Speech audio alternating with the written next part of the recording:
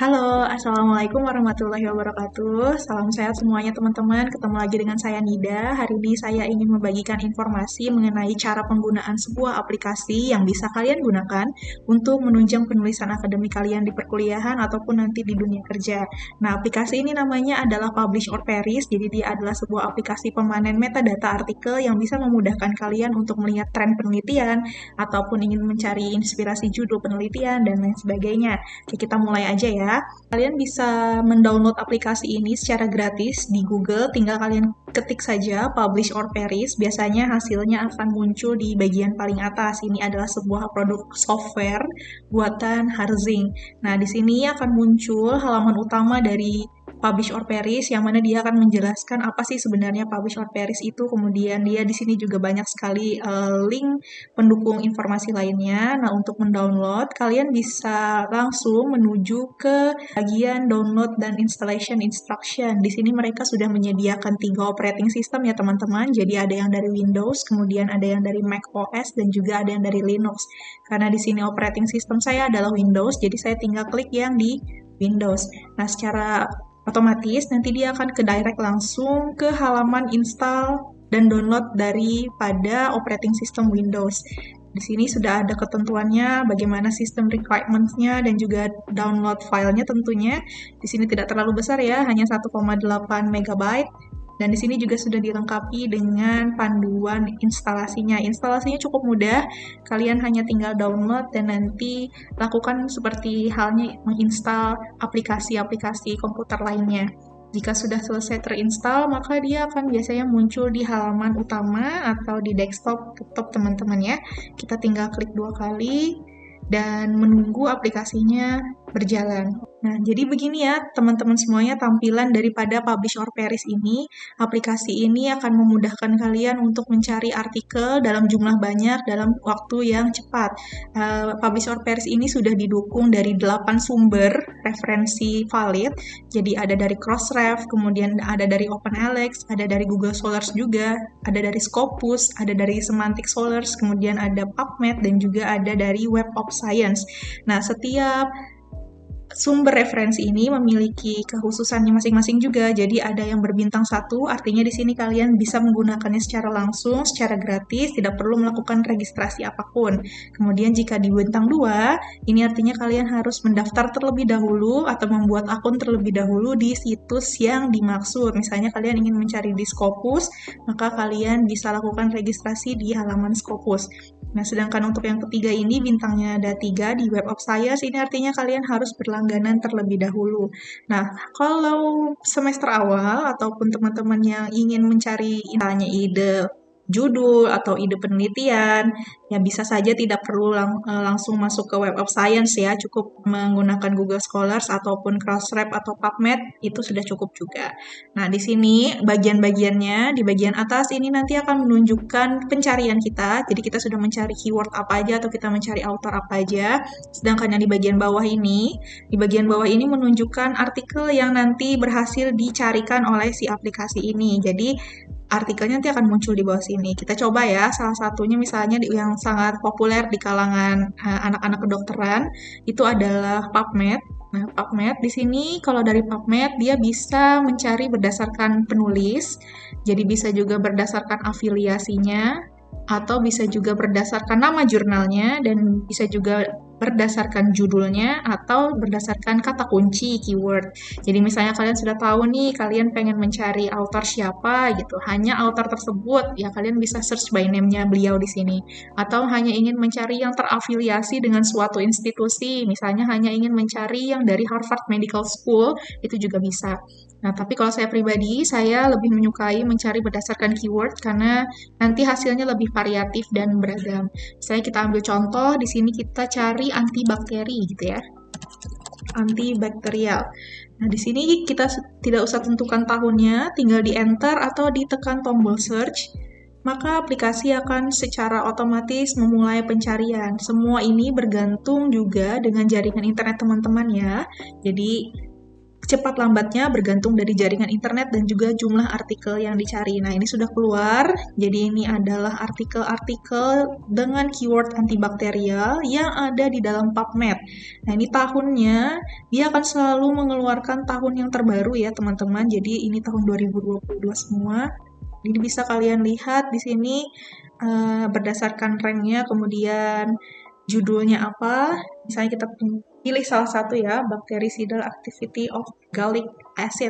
Di sini kalian bisa lihat bahwa citation matrix-nya si paper ini seperti apa. Kemudian di sini ada sebagian kecil daripada informasi papernya.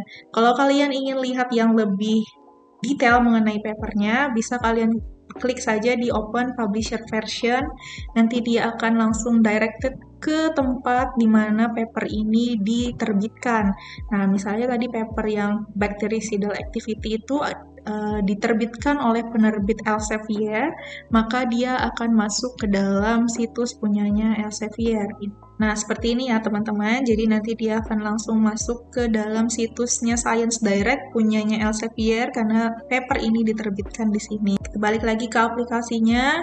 Jika kalian ingin melakukan pencarian ulang, kalian bisa klik saja di new ini dan langsung pilih ingin mencari melalui sumber yang mana. Misalnya kita coba Google Scholars. Nah, kelebihan daripada Google Scholars teman-teman, jadi jika PubMed dan sumber referensi yang lainnya itu hanya support berbahasa Inggris, sedangkan untuk Google Scholars ini sudah support juga berbahasa Indonesia karena tentunya jangkauannya lebih general, lebih broad, jadi lebih bisa menyaring atau mencari artikel-artikel dari berbagai bahasa.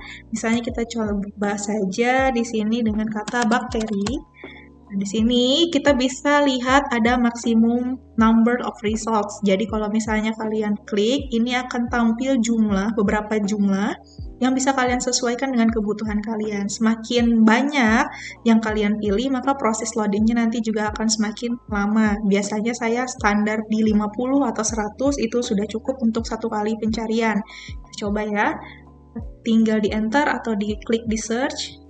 Nah, dia akan mencari dan akan mengeluarkan hasil yang berbahasa Indonesia yang mengandung unsur kata bakteri.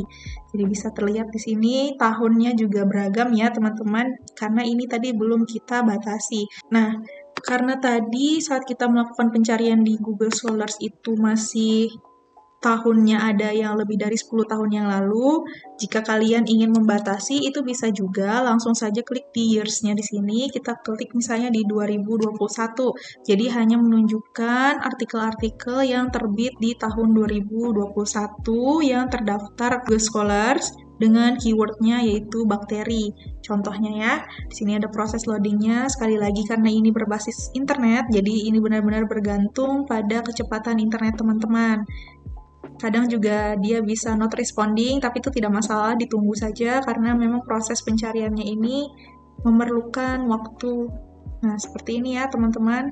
Nanti dia akan keluar tahun 2021, karena ini kita tidak batasi, jadi sampai tahun terakhir ya di 2022. Kalau kita ingin lihat full papernya, bisa langsung klik di open publisher. Nanti dia akan keluar di mana tempat artikel tersebut berada. Seperti itu ya teman-teman. Lalu bagaimana jika kalian ingin melakukan pencarian yang harus registrasi terlebih dahulu? Kalian bisa masuk ke preference. Nah, di preference ini adalah pengaturan untuk setiap sumber ya. Jadi kita sekarang tadi mau coba yang Scopus. Nah, Scopus ini dia memerlukan yang namanya API key. Jadi ini adalah kunci. Kunci ini bisa kalian dapatkan di Elsevier developer website. Jadi kalau kalian bingung mendapatkannya di mana, kalian bisa tulis saja API key Scopus. Nanti dia akan ada di pilihannya Elsevier developer portal ya. Nah, di sini ada ya di pilihan nomor 1, attain API key. Kalian tinggal pencet saja di I want an API key. Jadi ini nanti akan diarahkan ke dalam halaman baru lagi. Kalian bisa di sini create yang baru. Itu cukup memasukkan website URL dan label kalian. Di sini sudah saya bikinkan satu, nanti kalian bisa lihat di description box ya untuk mencoba sendiri di aplikasi Publish or Perish kalian. Tinggal masukkan ke dalam aplikasinya tadi nomor tersebut. Nah, ini sudah siap digunakan. Sekarang coba kita coba ya untuk mencari yang dari Scopus. Kita coba lagi misalnya tentang antibiofilm. Kita search. Ini tadi saya pilihnya 100 ya teman-teman. Ini sudah keluar artikel tentang antibiofilm yang terdaftar di Scopus. Jadi ini tahunnya juga masih beragam, sudah diurutkan ya dari yang paling terbaru sampai yang ke paling lama seperti itu. Nah, hasil pencarian ini bisa kalian simpan, caranya sangat mudah, tinggal kalian klik saja di pilihannya, kemudian kalian pilih Ctrl S. Nah, ini bisa disimpan sebagai search report, jadi kalian tidak perlu lagi mengulang pencarian dari awal jika ingin melanjutkan pekerjaannya begitu ya.